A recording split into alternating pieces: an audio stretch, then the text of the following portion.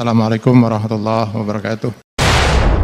Kalau dinisbat kepada Islam seperti pengeboman, pengerusakan, nggak boleh. Hatta membunuh orang kafir nggak boleh. Orang kafir tetangga kita, teman kerja kita. Sampai Nabi bersabda dalam hadis yang sahih dari Imam Bukhari, "Man qatala mu'ahadan lam yara raihatal jannah, wa inna rihaha la yujadu min masirati 40 aman." Barang siapa membunuh seorang kafir mu'ahad, tidak akan mencium aroma surga. Apa ancaman-ancaman yang kita hadapi sekarang ini? Radikalisme, tantangan besar kita. Intoleransi, tantangan besar kita ke depan. Terorisme, tantangan besar kita ke depan. Hari ini kita berkumpul untuk memulai Muktamar NU yang ke-34. Alhamdulillah, segala puji hanya milik Allah yang menakdirkan kita menjadi saksi pergantian abad Jam'iyah ini. Usia panjang jamaah dan Jam'iyah Nahdlatul Ulama adalah bukti kasih sayang Allah Subhanahu wa taala. Seabad yang lalu kita sama-sama tahu NU berdiri sebagai jawaban atas pertanyaan dan tantangan zaman. Islam harus terlibat memberi warna pada zaman yang tak menentu, mencari-cari cara agar cahaya Allah terlihat terang dan tak padam oleh kekufuran. Para kiai terpanggil untuk menjawab tantangan dunia yang sedang bergolak dari sudut pandang agama.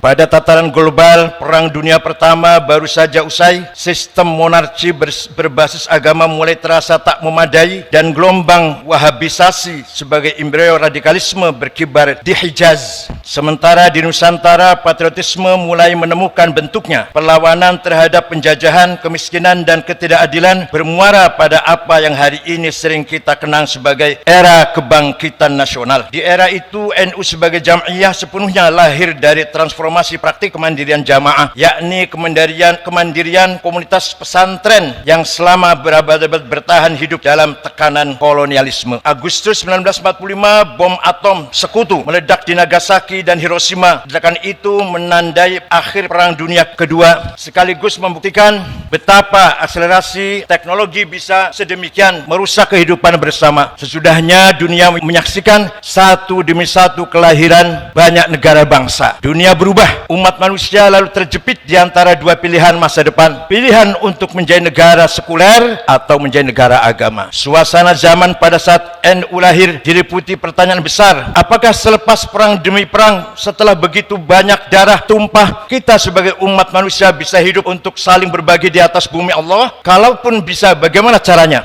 Belasan tahun hidup di Arab membuat saya menghayati arti penting NU untuk Indonesia dan dunia. Dengan segala hormat, di Arab agama sedari awal tidak menjadi unsur aktif dalam mengisi makna nasionalisme. Bila Anda membaca sejarah dan naskah konstitusi negara-negara Arab, Anda akan segera tahu betapa mahal dan berharga naskah pembukaan Undang-Undang Dasar 45 yang kita punyai. Di Arab, pejuang nasionalis bukan pejuang agama. Pejuang agama bukan pejuang nasionalis. Di Indonesia, Hadrat Syekh Ghazi Hasyim Asy'ari, pejuang Islam, dalam waktu yang sama pejuang nasionalis. Di Timur Tengah tidak banyak kita jumpai ulama yang nasionalis, sebagaimana sangat jarang kita ketemukan kaum nasionalis yang sekaligus ulama. Sebagai akibatnya, nasionalisme dan agama seringkali bertentangan, lalu lahirlah satu demi satu konflik-konflik sektarian. Apa yang kita saksikan sekarang di Palestina, Myanmar, Rohingya, Israel, Somalia, Suriah, Yaman, Afghanistan hingga Afghanistan adalah rangkaian ketidaktuntasan menjawab tantangan zaman. Belum ditemukan titik temu antara semangat Islam dan semangat nasionalisme. Nasionalisme dan agama adalah dua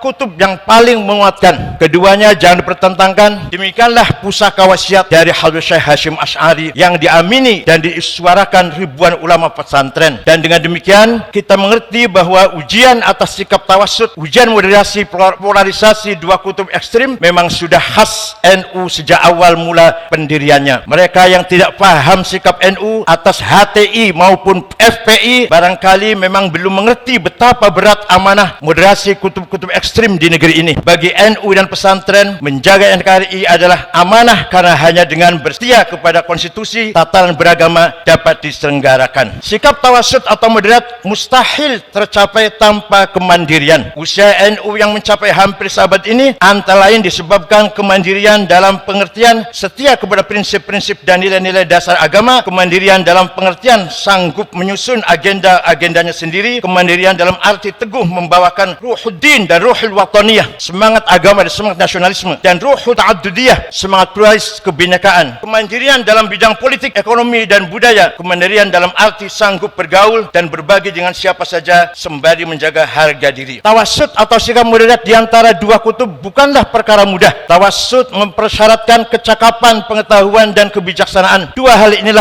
yang diteladankan para imam madhab dan ulama-ulama kita. Sementara untuk menjadi ekstrim, seseorang cukup bermodalkan semangat dan fanatisme belaka. Asar pengetahuan dan kebijaksanaan pada gilirannya mewujud dalam sikap kemandirian. Pribadi-pribadi besar dalam sejarah panjang NU dan pesantren adalah kisah-kisah mengenai kemandirian. Hanya dengan menjadi mandiri, kita baru mungkin untuk menyumbangkan suatu, berkontribusi kepada hidup bersama, berkhidmat dan pada peradaban dunia. Tema Muktamar NU kali ini, kemandirian dalam berkhidmat untuk peradaban dunia. Tema ini sekaligus menjadi warisan atau bekal mengarungi abad kedua bagi Nahdliyin untuk terus mengembangkan berbagai peran kemanusiaan. Mereka takunu syuhada'a 'alan nas, syuhudan dinian, syuhudan thaqafiyan, syuhudan hadariyan, syuhudan ijma'iyan wa insaniyan. Lalu bagaimanakah NU satu abad ke depan yang kita bayangkan? Usia kita masing-masing hanya Allah yang tahu, tapi usia NU kita berharap langgeng dan tegak ila yaumil qiyamah. Maka sikap tawassut kembali diuji hari-hari ini, tak hanya di Indonesia tapi di seluruh dunia. Problem-problem lama bawaan abad lalu belum seluruhnya tertangani, sedangkan masalah-masalah baru datang bertubi-tubi. Masalah yang berkisar pada perubahan iklim, kesenjangan ekonomi, bioteknologi, polarisasi percakapan dan identitas, radikalisme, terorisme dan krisis energi. Sementara itu laju teknologi bergerak secara eksponensial, menawarkan kemudahan-kemudahan praktis dengan risiko-risiko yang tak sepenuhnya bisa diperkirakan. Dari sudut pandang santri dan pesantren, visi membangun dengan 5 jenis kekayaan. Visi sebangun dengan 5 jenis kekayaan yang dimiliki oleh bangsa Indonesia. Pertama, as-sarawatil ijtimaiyah, sosial kapital. 17.000 lebih pulau, 300 etnis, 1.340 suku bangsa, 1.211 dialek bahasa adalah fakta keberagaman dan kemajemukan bangsa ini. Kemajemukan yang disatukan di bawah tenda besar Pancasila dengan semangat Bhinneka Tunggal Ika. Di tenda besar itu ormas-ormas keagamaan berperan sebagai semen perekat sosial. Mereka mengkonsolidasikan nasionalisme sebagai proyek integrasi bangsa yang tumbuh dari bawah, tidak perlu dipaksakan dari atas dengan tangan besi. Kedua, as-sarawatul hadariyah, kekayaan kultur budaya. Kebudayaan Nusantara membuka diri pada interaksi dan kolaborasi dengan kebudayaan global asing. Di sisi lain, kebudayaan setempat atau lokal menjadi identitas, nafas dan aktualisasi nilai-nilai. Di negeri ini, Islam Nusantara menjadi bukti dari kematangan hadarah Nahdlatul Ulama. Maka akhlakul karimah itulah ciri khas Nahdlatul Ulama. Wa innamal umamul akhlaqu ma baqiyat fa inhumu dhahabat akhlaquhum dhahabu. Martabat bangsa tergantung akhlaknya. Akhlaknya mulia, martabatnya tinggi. Akhlaknya hancur, martabatnya hancur pula. Kekayaan ketiga, as-sarawatus syiariyah. Kita kaya dengan simbol-simbol, antara lain yang dipakai oleh Pak Presiden hari ini, peci dan sarung, simbol Islam Nusantara. Banyak contohnya, tapi yang hari ini kita contohkan simbol peci dan sarung. Kita tahu apa artinya peci dan sarung dalam arti teologi, tapi itulah simbol Nusantara, simbol umat Islam Indonesia. Yang keempat, kekayaan maliyah. Indonesia mempunyai potensi sumber daya alam yang luar biasa. Daratannya dipenuhi hutan-hutan penopang paru-paru dunia. Di bawahnya terkandung kekayaan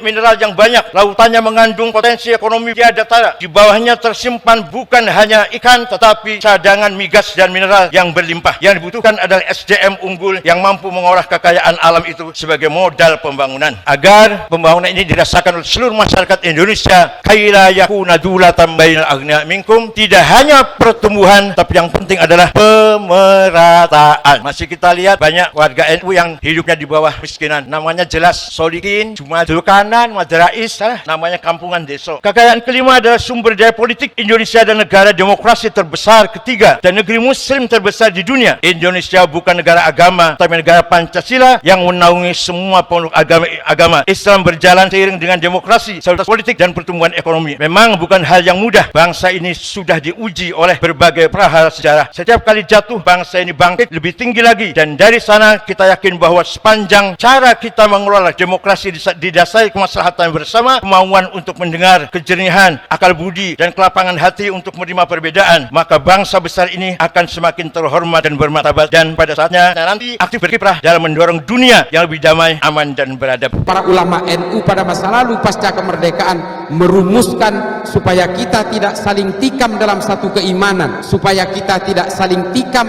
dalam sesama anak bangsa. Kemudian disepakati bahwa al-asobiyahnya Indonesia itu adalah Pancasila. Mari kita jaga kedamaian, kemanusiaan, dan cinta di kalangan seluruh anak bangsa kita ini. Jangan lagi kita terpengaruh oleh berbagai kepentingan-kepentingan politik yang sifatnya sektoral, yang sifatnya parsial, yang sifatnya betul-betul eksklusif. Kita harus berpolitik atas nama Islam dan atas nama negara, atas demi keutuhan negara kesatuan Republik Indonesia. Semoga Allah senantiasa menuntun kita di jalan yang diridhoinya. Wassalamualaikum warahmatullahi wabarakatuh. Terima kasih.